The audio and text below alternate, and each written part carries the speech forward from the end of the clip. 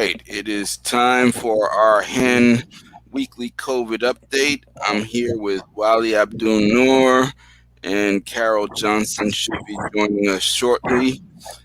And the big news of the day or of yesterday was that our governor Andrew Cuomo has resigned. So was a bit unexpected. Most people thought he was going to fight the charges against him to the bitter end. Um, and Carol Johnson is now just joining us. Welcome, Carol. Good morning, Bob Ponce And good morning. Say good morning to Wally too. Good and mo- Wale of good morning, Dun Nor, That's right. my trusted colleagues. How are you guys doing today? Good, good. We got the Good. all-star team here this morning. All right. So I was just remarking that the big story yesterday that our governor Andrew Cuomo is resigning as of 2 weeks from now, I guess. And that is a surprising development since it seemed like he was trying to fight the charges against him to the very, very end. And I wanted to talk a little bit about how this may or may not impact COVID policy here in New York. Well, of course, people are saying they should Trump all over this, but this investigation has been going on for a while. Hmm. You know, and I just find it interesting how so many people are backing it. I wasn't there, so I don't know if he did it or didn't. Then I didn't know whether Bill Cosby did it or didn't, but he went to jail. Hmm. And the rest of the people weren't going to jail. But I do know that it is a extremely serious issue Hmm. and that people are not really thinking in terms of the people who have brought these charges. So Hmm. I appreciate our DA, Letitia James, Hmm. for saying that I heard you. I'm going to give you a voice. Thank you for being brave enough to come forth. And if I can say one thing about Letitia, she generally lays back and she gathers her information to Hmm. make sure that she has a solid case Well, before the she. other thing that she did was that the people who did the investigation were not people in her office. She hired outside attorneys to do it. And so Right. I thought that was a smart move because it gets rid of any potential um, impression of impropriety or political vendetta. It's like no, they hired people outside the office, people who basically they don't work directly for her other than for this particular job, and their job was to interview people and put the report together. And the Right. report was very detailed. It was like 135 pages or something like that, and I read most of it. And it was, it showed a clear pattern of behavior that was inappropriate. And so, any one of these things, and you might say, well, that wasn't really that much, but when you see it consistently, time and time again, and this is right now, we finally reached a point where these things are taken more seriously, at least in Democratic states. In a Republican state, I don't think it would have, you know, flew anywhere. Exactly, because a lot of the people that were saying this were women, and I really didn't get it. You don't know how that affects someone. Hmm. You know, I remember being on the bus. I got up, and someone got on with crutches. They were on crutches, and Hmm. I got up to give them the seat. And as I moved towards the back of the bus, but bus, they hit me so hard on my. This person hit me so hard on my derriere that it brought me to my toes. My butt stung for about a week, Wow. and I'm looking around like, who did it? Nobody's saying anything. Now I'm getting ready to get off the bus, and it happens again, and I realize it's the person I gave the seat to Wow. on the crutches. And so I still got to the bus, And I realized that the way the society works is if I had just immediately retaliated, that would have been fine. But being that I waited, I got to the bus stop, I mean, the step, I went down a few steps, I came back, I went down, I came back, and I came back this time and I hit the guy. That would have been premeditated. Mhm. But I thought about it. I said, no, I can't take this home. I came back and I punched him square between his eyes. I got a good stance and I just pow. And the guy went into a seizure and the bus didn't move. And Mhm. I got 5 blocks away, the bus was still sitting there. But if I had not retaliated, I felt like if I had taken that home and not did or said something, you know what I'm saying? Mhm. It's something that carries with you, and you have to be there. And for all the men and the women who's talking, if it were your daughter, your mother, your sister, your niece, would you feel the same way? Mhm.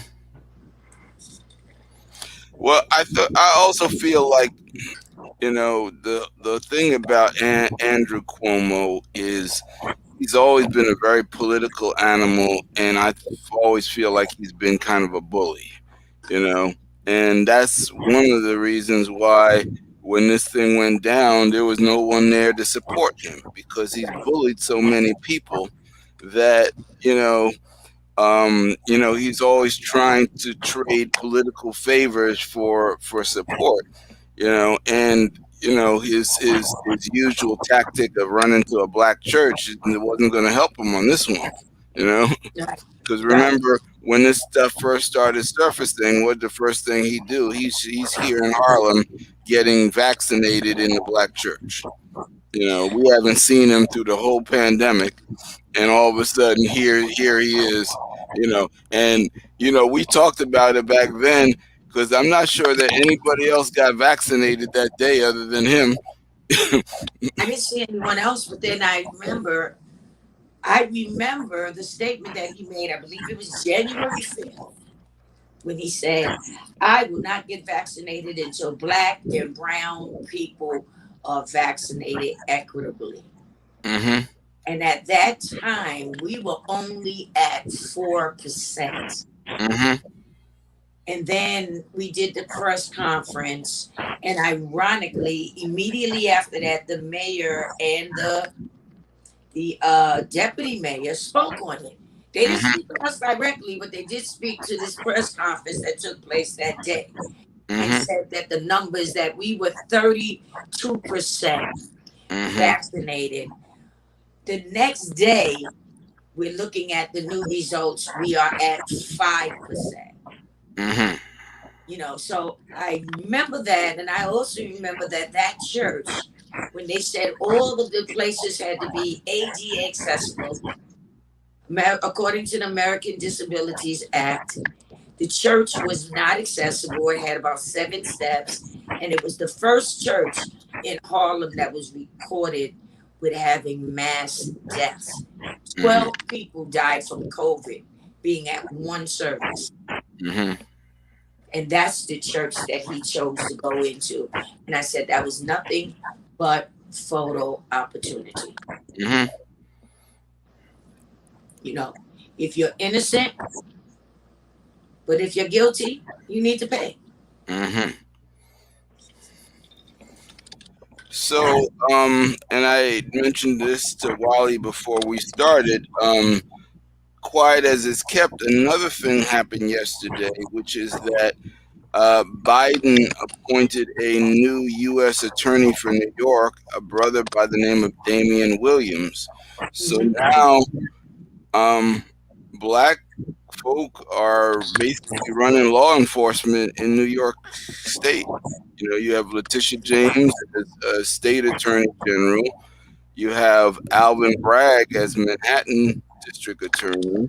And now you have this Damian Williams as the U.S. attorney for New York. So that is an interesting development, and it's hopeful that we'll finally start to get more justice, which we Did need. you mention Eric Adams? Or Eric Adams as mayor, of course. Yeah, Yeah, absolutely. he Yeah, will be the mayor. Yeah, yeah, yeah. yeah. I So, mean, I mean, when I look at it, it's always been represented by, you know, one group of folk, and so it's time for change. hmm It's time for change, and I'm not just saying time for change simply because they're African American people, but I'm saying it's time for change for inclusivity. yes. And it's certainly time, we could build the White House, but nobody ever wanted us to reside in it. hmm You know, they fought, they fought. All of the demonic powers fought. hmm Um, and we got a black president, and I think it's important, um, like when I go around in our neighborhoods, and I talk to friends and everything, and they have the grandchildren and stuff. I said, aren't you ever concerned that when you take your children, your grandchildren into these stores, there's never anyone in any of the stores that represent you or them? hmm How do you show them that it's a possibility if you never see us?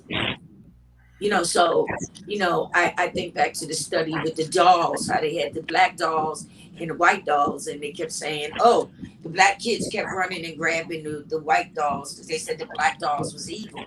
But that doesn't change. hmm If our children and our generations don't see that we have the same capacity, and in a lot of cases, even a stronger capacity to lead, where are we going? How are we ever going to change? How are we ever going to teach them to show them that the same way they did it, you can do it too? Not just as a president, but as a mayor, as a governor, as a DA, in law enforcement. These things are necessary for change, and people need to just, accept that. hmm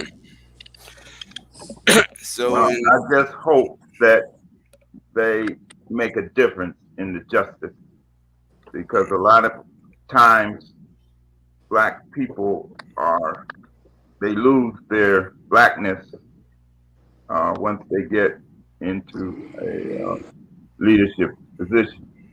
So I just hope that they I'm not looking for anything special, but just try to see that they present justice the way it should be presented. Yeah, that is fair and equitable. That's why I said not just because they're African Americans. I don't hold I hold them to the same standard as anybody else. But I also realize when you're in a public office as a person of color, you're not the leader of the people of color. You're the leader of people of all ilks. And so they all have to be represented. And this is a microcosm here in New York. I mean, a melting pot. So you got so many different races represented here. And, of course, when these people come in, there's going to be other people, and rightfully so. Everybody needs to be included. You know, Puerto Ricans going to come and say, "Well, it's time to get a Puerto Rican mayor." The Koreans going to say it's time to get a Korean mayor. The Hindus are going to say it's time to get a Hindu mayor.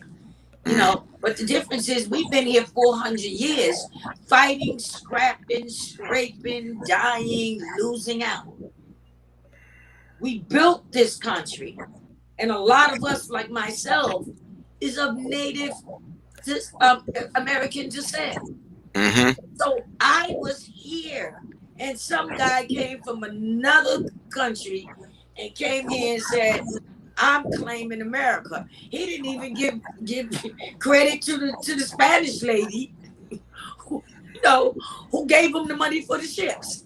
But the fact is, it's time. We've been here a long time, and we participated in and built every aspect of this country. There's nothing in America that was done without the sweat, the tears, and deaths of black folk. All right, we got Carol riled up this morning. I hope you're not going to hit anybody else in the You don't face. hit me, I won't hit you. Oh yeah, there it is. Well, listen, you know, I, you know, I am glad that you hold your space in situations like this, and And I hope that our elected officials fight for people who don't feel as empowered to defend themselves, you know. So what I do want to do to kind of transition out of talking about Cuomo is the one thing that we can say in his benefit is that when it came to COVID, he took it seriously. And I'm not saying he had all high marks. I thought his handling of the nursing homes was atrocious, but he did not shy away from the common sense science that basically dictated his everyday decisions during the pandemic. And this is the total opposite of what has happened and is continuing to happen in Florida. So we want to talk about this situation in Florida with DeSantis, where he is literally giving out an executive order forbidding school districts from having a mask mandate and just letting the parents decide whether their kids are going to have a mask or not. And that's just crazy, you know, that uh you know while their numbers continue to go up, and their numbers are going up even after they we know that Florida had fired the person who was running their data, and and they're underreporting numbers, and their still numbers are going through the roof. They reported more than 21,000 infections among children younger than 19 this week. That's crazy, you know. Yeah. And Hmm. sadly, that's an age that, a lot of those kids, pre-K to, what would that be, seventh grade, there's no Hmm. vaccination for them. Right. And their numbers of children, and if I recall correctly, back somewhere around April, March, maybe more like March, they Hmm. had like 50,000 kids that were infected with COVID. And now Hmm. we've got a serious strain. You've got Delta, and there's actually another strain. Delta, what is it? Delta Plus, Delta's. There's a Oh, I'm sorry. lambda. There's My something. internet There's, is down, so it's there's, impossible for me to check through my notes. there's, Hmm. there's something going on down there because we're getting these numbers up here. And just this week, I talked to three people in Florida, and I'm asking them about the COVID there, and they're talking about there's nothing happening there. So I don't know whether they are not getting the news. Maybe the news is being blocked out down there, and the people are not aware of what's going on around them, or they changing the news for up here. But there's something wrong because I mean, it seems like the average person doesn't know anything about it. All right. But if you remember correctly, back during this real surge, and people started to come out, and they were requesting people to stay away from spaces, indoor spaces and restaurants and stuff like that, and everything was supposed to be shut down. I know stuff was shut down here, but I remember seeing bars where people were loaded in, and we reported that they were loaded in the middle of the pandemic. They were out in the backyard. They were in indoor spaces. They were going out to the movies. They were going everywhere because they had nice weather and nobody had on a mask. And so, the thing about it is these numbers are coming out of John Hopkins, you know, reputable medical um, affiliates. So Hmm. when you're looking at somebody like this guy, DeSantis, a lot of the information that even we were getting here in New York was coming through what? Local newspapers, the Patch, the Gothamist. These were the papers where we were getting information, and they're following me. Here they are drilling. And so we were getting this information from local community um, news sites. Hmm. And it was later on that we actually got it from the Times and the News and the Post. I'm gonna mute for now. Hmm. Well, it's just when you have the American Academy of Pediatrics coming out and saying every child over the age of 2 should be wearing a mask in school this year. And then you have a governor who's saying if your school district puts a mask mandate, we're going to withhold funds from you. That's just a recipe for disaster. And you know and we're seeing the same thing also happening in Alabama. Another article that Carol Johnson sent me, and this article is talking about somebody who is fully vaccinated and still got COVID in what they call a breakthrough infection. And he was somebody who was actually here in New York first. He was a journalist, lost his job, and moved back to Alabama where he thought he would be safe out in the country. And it wasn't like that.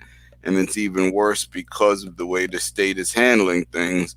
The testing is virtually non-existent, and they're just the state is these southern states are just not taking it seriously and leaving people in the lurch. And even in terms of medical care, you have like 235 to 324,000 people in Alabama who would have access to Medicaid, but the governor doesn't want to accept the federal funding to expand the program, even though the federal government pays for 90% of it. And so when you have these governors who just don't even take care of their the people in their state, it's just a really serious thing. And then the same thing is happening in Texas as well. And when you see the you know the maps and you see where the infections are, it's Louisiana, Texas, Alabama, Mississippi, Florida. All these places are the infection is raging out of control.